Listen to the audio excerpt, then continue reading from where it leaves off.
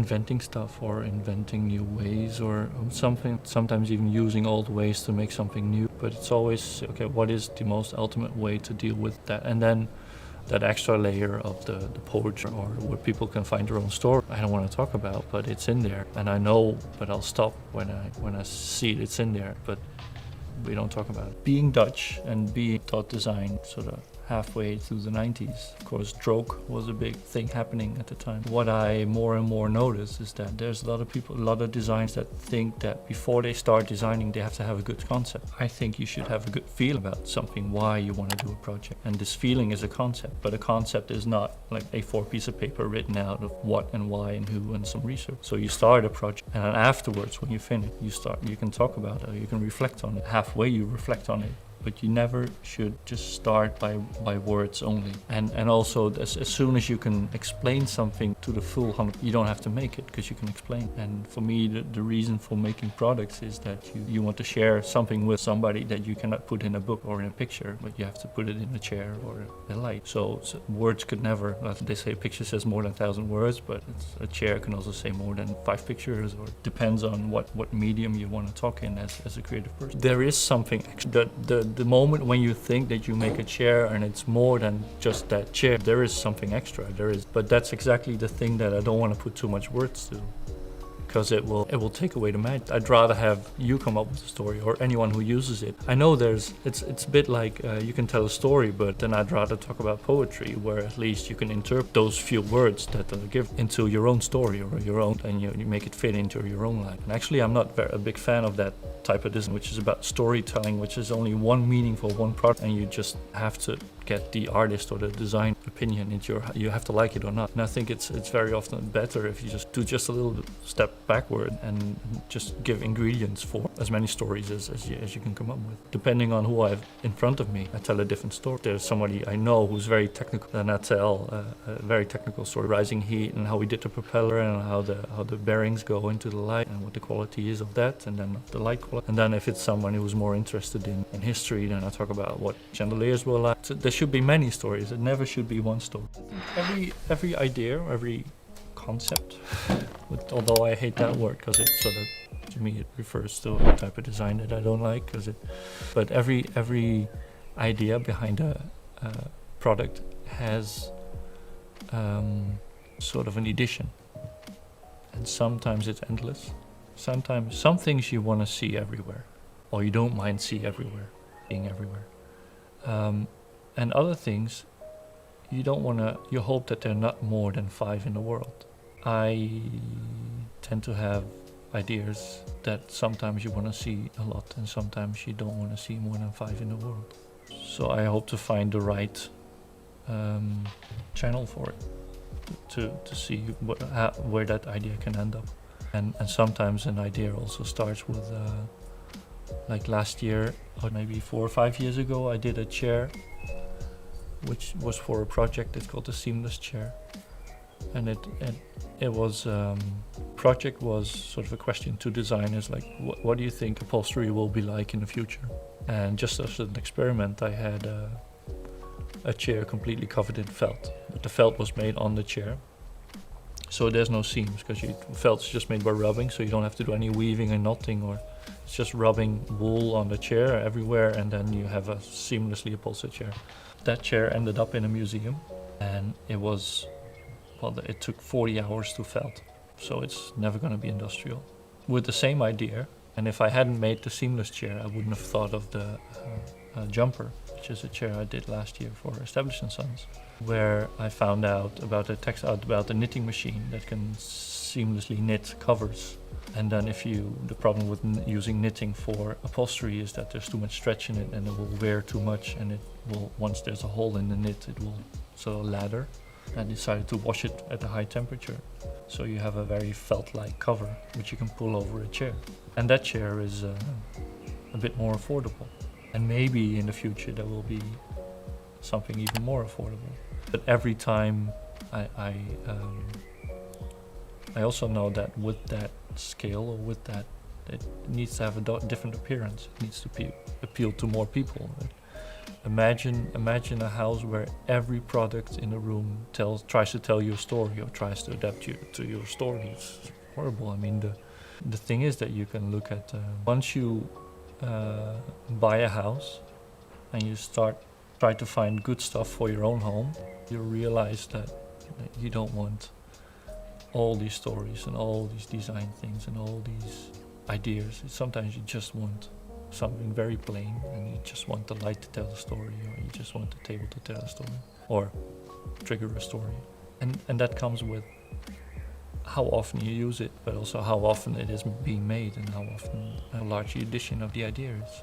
To make a simple piece of cloth on a weaving machine, you need half of the wires to go down, half of the wires to be able to go up. And you put the thread in through it, and then you make it go the other way, put another thread through, and then you have a very simple weave. This machine can control all the warp wires on the weaving machine by computer. So it can go up here, up there, up there, up there, up there. So it can make very complex patterns. And it's not it's a machine that's been used for already for quite a while. Even Maharam has one,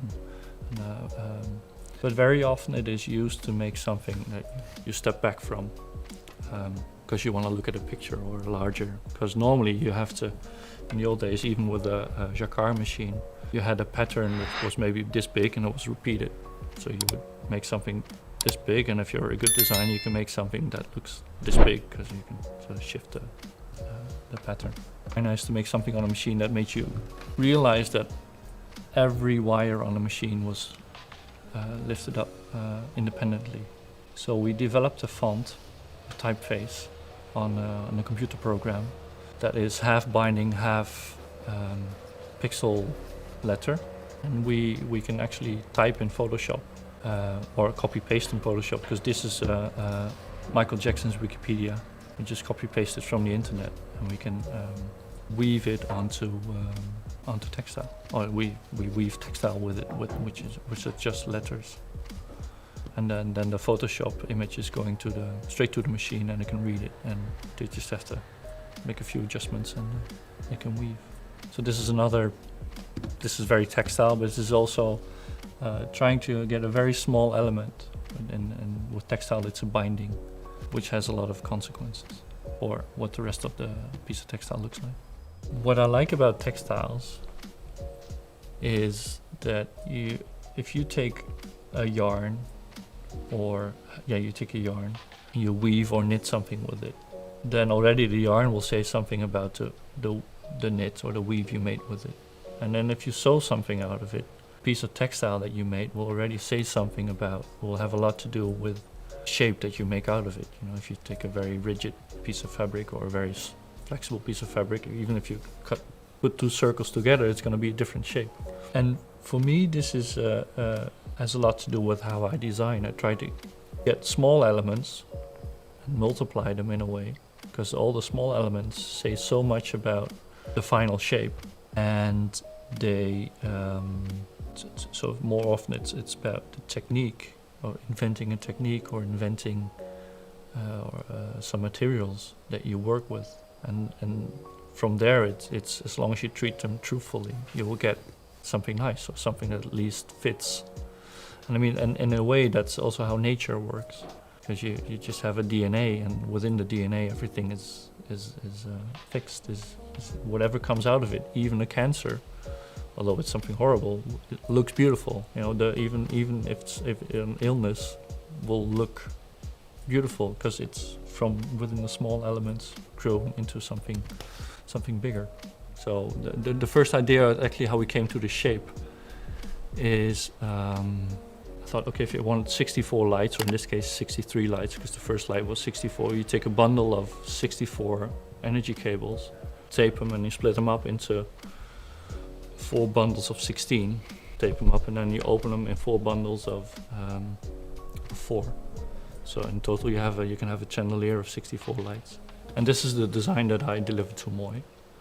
So the way of making dictates everything within light, and you follow a natural structure.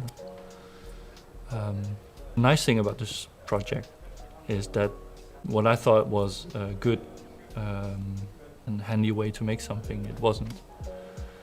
And halfway through, Marcel Wanders came and said, "Well, I don't think it's still too much soldering going on in all the open ends of 64 LEDs." He says, "But I have an idea that I'm working on for a light with floss that we could use very well for your light, because this light only needs to be wired here and there. And the secret is that it's a metal structure and it's painted twice. So it's painted with a plastic paint, and then it's painted with I think it's a brass or copper paint, which will guide the currency. So they designed a special snap-on LED that you can snap on every end as long as it's stripped, and the LED lights up. And the nice thing about it is that Marcel Wanders' light didn't happen because there was still a lot of bugs in it. But one of the problems they had, which made this shape perfect, was that of course the paint has a little bit more resistance than a normal copper wire. So the distance from the electricity point to the LED point should always be the same distance. Within that structure, this is how that worked. So for me, this is also a bit thinking textiles in a way, that you start with something small, you start with an element and you see how you can multiply it into a shape. This is something I did this year for Richard Lampert. It's a beanbag for kids, and it's knitted. So we are in Rotterdam, where's my studio, which is an old gymnasium. So this is where I make most of the stuff. I'm constantly trying out things, how they fit together. So some of these things I consider prototype, and sometimes a prototype actually becomes a product. This is a random light, latest version. The first lights I just made to order, and I would bring them myself. I had all these fibers from glass yarn, and I had balloons, and I had resin. And so I started coiling just the thread in the most simple way around a big balloon. And then Marcel Wanders called and he said, "Hey, I've seen your light, and would you like the random light in Mooi?" So a lot of people ask, so why is the hole this big? This is why. Still sometimes I have the doubt if I should have been an artist. I think putting a label on it would only restrict me working. I make stuff, that's it. We made several prototypes for the Heraklion. It's a really nice way of distributing 5 × 5 × 5, which is, I believe, 125 lights. This is all we did. This is the prototype that we delivered. And then Mooi product development, which is great, took over. This is the Heraklion Linear. Marcel had this brilliant suggestion of using electro sandwich. The magic happens in here, in this cap. One wire is going to the core of the light, and there's one that puts electricity on the paint. And that's how it's powered. For me, the Heraklion is a lot more about math than about nature. But somebody else might use it because they're all about flowers. I always like it when there's more than one story with a certain product. Sorry, somebody's trying to call me. I love it when my hands can surprise my head. Your hands are making something, and even the thing that you are fully in control of making can surprise you. I think that's a wonderful gift that comes with the profession. About how I first met Bertrand. It was in the Milan's Salone del Mobile, and it was right after he won the Mooi Frame Prize, actually.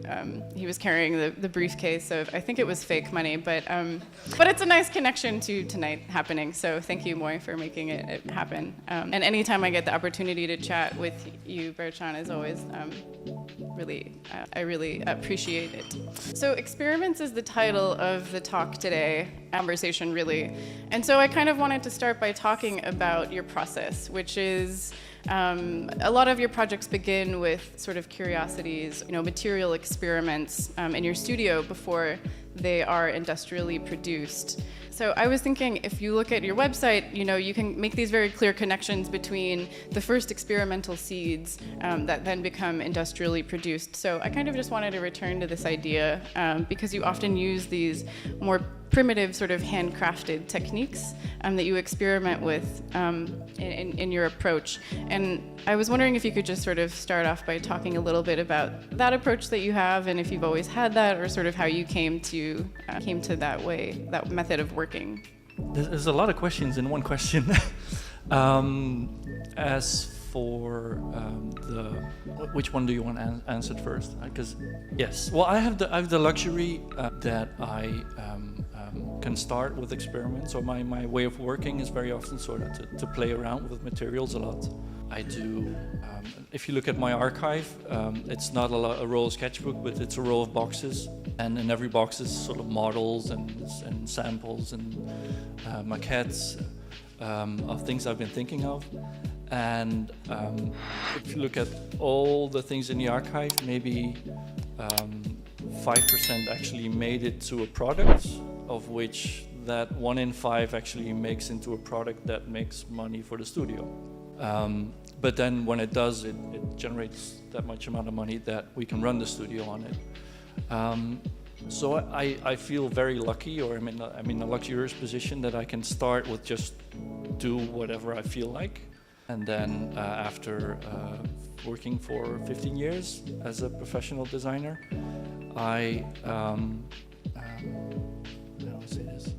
I'm comfortable enough that when I do something that I really like, I know that this 1% of everything will make money for the studio. It's weird that we have to. Sorry. Technology fail. Yeah, I was hoping that we could also get into a little bit about how you sort of improvise with materials as well. And the ultimate, at least how I see your work, is it ultimately becomes, when you industrially produce these things, you're really pushing the limits or the capabilities or the possibilities of the manufacturing methods. And I was wondering if you could sort of speak about that, if that was a goal that you had intentionally with a lot of the works, or if it ended that way, and if you could sort of speak about, like I know your jumper chair and the Sprinkles fabric textile, for example, and another project are all using the same jacquard loom. So maybe talk about how you learned from working with those machines. There's already three. It's not made on the same machine. There are actually 3 different machines, and it's not a jacquard. Even the Textile Museum has some of it. I also remember that I want to finish my previous answer, so this is going to be a confusing evening. What I try to do in the experiments is try to find the best way to use a material to make something. So even when I start an experiment, it's not that I know I'm going to make a chair or that I know I'm going to make a light, but you sort of explore things, and then at a certain point you think, hey, this is strong, and this is stiff, and this is something you can build up to 45 centimeters, so this could be a stool, or hey, this is translucent and it doesn't have any seams and distributes light very well, so it could be a light. But then the other thing, and that's where to get back to the jumper chair, which is I was asked to be part of a group of 10 designers doing research in upholstery, because the comment was that there's a lot of investigation of young designers doing chairs, but they're hardly ever upholstered, because it's mostly they want to see the structure of the chair, or they want to see this or that, being very technical. And then they asked, can you do research in upholstery? And one of the things I made for that research was a chair covered in felt, but completely covered in felt, so it was seamlessly covered, because felt is made by rubbing wool together with hot water and soap, and you can actually do it with your hands. So you can. Is that chair? Okay, it's the green chair when it's. Oh no, only the jumper. If you go on the website, you'll find the green chair, which is seamlessly made. But it also took 40 hours of hand felting. So it's sort of this idea that I make because I want to get it out of my head and I want to show to people that I like it. But it's still not very industrial producible. But I think maybe 5 years later, I was in the Textile Museum, and they were showing this machine called the Knit and Wear. And what it can actually do is knit sweaters without seams. It's a knitting machine, actually very close to what Nike knits their shoes with. And the knitting machine can also, if you look at the factory where they have the knitting machine, sweaters fall out once every while. Complete sweaters. It's not that you have like different parts that you have to sew together, that like everything is seamlessly made. And then I thought, hey, maybe I can finally make that seamless chair. But the problem with knitted upholstery is that it very often has too much stretch, and stretch in the material will cause extra wear and tear, so you will get a right Martindale number. And Martindale is the number you get for textile to make it very, like the higher the number, the more wear and tear resistant the textile is. But then the trick we did to make the knitting less flexible was wash the knitted cover very hot, so it shrank and became felt. Actually, what happens when you wash that expensive sweater, cashmere sweater, in the washing machine at a too high temperature, and then you get a very tiny sweater. And that's how we knitted a cover for a chair, or a company called Establish & Sons. And so that this halfway point where we had the felted chair to the point where we have an industrial produced chair that could have been, it wasn't because the number wasn't high enough, but it could have been even competitive pricing regarding upholstery. Because normally if you upholster a chair, the cost of textile plus the cost of sewing plus is, we could all just make a shortcut and knit a complete cover all in one for that particular chair. I'm so glad you're bringing up textiles because it's something I wanted to bring up as well. I think it's a great example of how you're pushing limitations of form through this constant experimentation and exploration that you do. In many ways, through textiles and rope, which is, I think, probably your signature material, you're using a continuous piece of string to do the ramp. Ik ben het meest geslaagd in een materiaal te onderzoeken of iets met een materiaal te maken als je niet meer ziet waar het van gemaakt is. Dus als er een veel sterker beeld ontstaat, of als er een veel sterker beeld of een veel sterk iets in je hersenen dan de herkenning van een touw. Dat was al een vraag van, zou ik een tentoonstelling wel maken in het Boijman? Ik was altijd een beetje huiverig, omdat ik dacht van ja, dan moeten we weer al die oude dingen uit de doos halen. Of moeten we weer in het verleden kijken naar alles wat je ooit gemaakt hebt, een soort overzicht te maken. Maar ja, dat was natuurlijk mijn eigen interpretatie, dat hoeft helemaal niet. Op een gegeven moment dacht ik, kan natuurlijk ook gewoon allemaal nieuwe dingen maken. Nou, zeker met die lamp gaat het natuurlijk ook over, wat doet het licht als er licht doorheen schijnt. En ook als je bijvoorbeeld, dit vind ik wel mooi voor, die slang, dat is echt gewoon een hele lelijke slang. Het is gewoon zo gewapend. En ik heb altijd al wel iets gehad van rope light, dus dat is die plastic slang met die ledjes die je met kerst rond kerst kunt kopen of die je nu in je tuin kunt hangen. Dat is eigenlijk wel een heel briljant ding, alleen er is net nog iets lelijk aan. Er is net nog iets wat niet mooi is. Nu met die bewapening krijgt het net zo'n beetje textiel uit. Dus dat vind ik heel mooi. En dat is ook het fijne aan die lampje, dat als het uit is, dan is het allemaal lelijk plastic. Maar als het dan aangaat, dan ben ik op zoek naar dingen die gewoon mooi licht geven en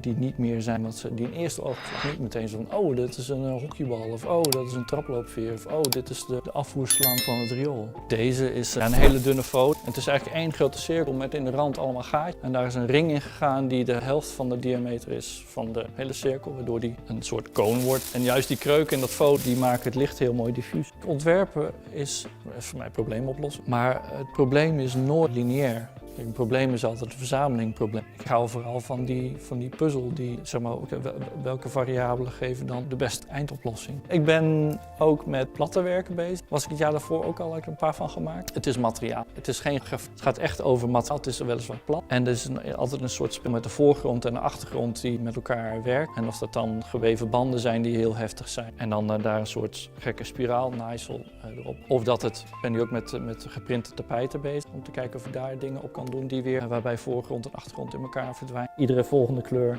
probeer ik de vorige kleur bij te stellen. Dus je kleur alleen is natuurlijk nooit een kleur. Een kleur staat altijd in relatie tot de kleur die ernaast staat en alles. Het is altijd een soort van spel dat er aan de ene kant moet er wel een kleurwereld ontstaan, maar ik wil niet een soort trend moodboard maken. Het komt eigenlijk voort uit mijn maskers. Die maskers zijn gemaakt van een techniek waarbij ik touw aan elkaar naai op de naaimachine. Daar kan ik allerlei driedimensionale vormen mee maken. En daarbij ook hele mooie kleur door de combinatie van naaigaan met het echte touw waar het mee gemaakt is. Die hele vorm die wordt gegenereerd alleen maar door te kijken wat ik met een touwtje kan. En ik ben er gewoon na een aantal jaar wel vaardig in geworden. Dus ontstaat er zo'n vorm die heel erg logisch, die een soort logica heeft. Het is niet dat ik dit van tevoren heb getekend en dan hoe ga ik dit maken. Door dat gekke lusje erop krijg je dus zo'n gekke draai. Dat die combinatie van dat touw dat dan ergens omheen gaat. Dat maakt een soort schijnpatroon. Hier doe ik het alleen maar en hier is het onderdeel van van een baard. Het is hetzelfde effect, alleen als je het effect laat zien, dan is het nog magischer. Maar aan de andere kant is dit meer richting een product of dit meer richting. We hebben het ook helemaal gehad met ontwerpers die zeggen, ik ben een storyteller en mijn product vertelt een verhaal. En dan denk ik echt van, ja, ik geloof dat niet. Of ik vind het ook heel egocent dat je dus een ding maakt wat iemand anders, die zit de rest van zijn leven opgeschreven met jouw verhaal. Ik zie veel meer dat verhaal, er is wel een verhaal, maar dat is het verhaal, dat is gewoon het huis van dat persoon adopteert. En het enige wat ik dan misschien maak in het verhaal is een woord wat je op verschillende manieren kunt uitleggen. Maar al die dingen bij elkaar, dat is het verhaal of het leven van die persoon die dat product gaat gebruiken. Het is rotan. En die weef ik in het triaxiaal weefsel, dus in 3 richtingen in plaats van 2, wat heel gebruikelijk is. En doordat ik het in 3 richtingen weef, zijn de mogelijkheden om er een ruimtevorm van te maken eindeloos en altijd heel bijzonder dat je een soort rare driehoekenpatroon denkt. Wat ik er mooi aan vind, is dat je dus niet alleen plat mee kunt weven, maar je kunt er ook driedimensionaal mee weven. Dus op het moment dat je, als je naar de structuur kijkt, zie je heel veel 6-hoekjes. Maar op het moment dat je er een 5-hoekje in maakt, maak je een puntje in het weefsel. En hier ook. En als je nog genoeg puntjes in je weefsel maakt, dan maak je een bol. En als je een holling wil, dan maak je een 7-hoek. Dus hier zit een 7-hoek. Maar je kunt zelfs ook nog een klein vierkant. Nee, dit is zelfs een driehoekje erin maken en dan kun je dus zo'n vorm bij. De vormen die ik hier maak, die worden helemaal gedefinieerd door hoe vezels lopen. En niet door of ik ze iets strakker of iets losser heb gedaan. Wat je normaal natuurlijk met weef hebt. Als je een bolling ergens in maakt, dan doe je iets bolder of iets meer materiaal of iets langer flotteren. Dit wordt helemaal gedefinieerd door de knooppunten die gelegd worden. Het is zo high-tech dat er nog geen machines voor zijn om dit te maken. Oh wauw, schiet erop. Dit is dus zo'n non-camonet en die is al af, denken we. Misschien dat er nog 1 of 2 dingen anders moeten. Maar hier zie je wel, weet je, dit hangt dan in de ruimte. Straks in de tentoonstelling komt die ook gewoon dwars in de gang te hangen. Ook in een zaal waar we eigenlijk ook niks anders konden presenteren, want er zijn geen muren, dus je moest ook in de ruimte. En zo kwam het eigenlijk ook. Wat moeten we nou in deze ruimte? Toen kwamen we op dat oude project van de non-camonet. Maar dit gaat ook wel weer over een soort voorgrond en achtergrond en dat je ogen gefopt worden met waar moet je nou kijken. Waar het ook heel vaak over gaat, is dat je dan in principe een hele simpele handeling hebt, die je dan zo vaak doet. Het is hetzelfde als met touwtjes aan elkaar naaien. En in dit geval ook touw door een net of een reeks gescheurde stof door een net heen. Maar toch, door kleurverandering of door het gewoon maar heel vaak te doen, ontstaat er een beeld wat je in de eerste opslag niet kunt omvatten. Dus waar je weer even naar moet kijken. En wat voor mijn gevoel dus ook weer waardevoller wordt, omdat je het even moet verwerken. Dit zijn carpetbedden die je in de viswinkel koopt, maar die zijn zo complex, dat is toch wel heel gaaf. Maar hoe kan ik dit nou maken dat je denkt van, god, dit wil ik misschien wel in mijn huis hebben. Dus het visverhaal eraf, dan moet er weer een ander verhaal overheen. Ik heb al heel lang al een paar meubels meegemaakt, een soort van als je nou de bekleding op het product maakt, dan wordt het veel minder inwisselbaar. Dus normaal maken we altijd uit stof, maak je een hoesje en dat trek je over een meubel heen. Maar ik vind het zo mooi als je als een soort mandje er stof omheen zou kunnen vleggen. Dat lijkt me dat je om hoeken gaat. Nou is dit niet de meest complexe vorm. En wat ik voor de rest ook bedacht van ja, maar als we dan toch met de hand gaan weven, dan gaan we gewoon zoveel mogelijk verschillende materialen door elkaar weven. En net als bij die lamp waar ik ook wel denk van oh, hier zit wat in. Zit deze vol met plekjes waarvan ik denk van oh, maar dit moeten we straks een echte stof gaan maken. Dat je, nou ja, dit lijkt nou heel raar. Dit zijn afval van een weefmachine. Dat is de zelfkant die er wordt afgeknipt en daar hebben we nou mee geweven. Maar dit zou je ook industrieel kunnen weven. Ik bedenk dan van oh, maar dit kleurt mooi met elkaar, maar ik kom hier iets tegen wat misschien nog mooier is, maar wat ik niet zelf had kunnen bedenken. Ik heb uiteindelijk dus een jaar genomen om heel veel dingen te maken die nog iets kunnen worden. En ook soms is het nou een kunstwerkje of is het nou een product of is dit een schets voor een product. En dat is eigenlijk duidelijk zichtbaar in die lamp. Aan de ene kant genoeg idee om verder te kunnen, maar aan de andere kant was het ook zo leuk dat ik niet eens weet of ik zou nog wel langer door willen gaan op deze manier. Dus ik denk dat ik zo langzamerhand weer heel kritisch ga kijken, wat wordt nou echt product? Waar ga ik toch gewoon verder werken op de manier waarop ik nu werk?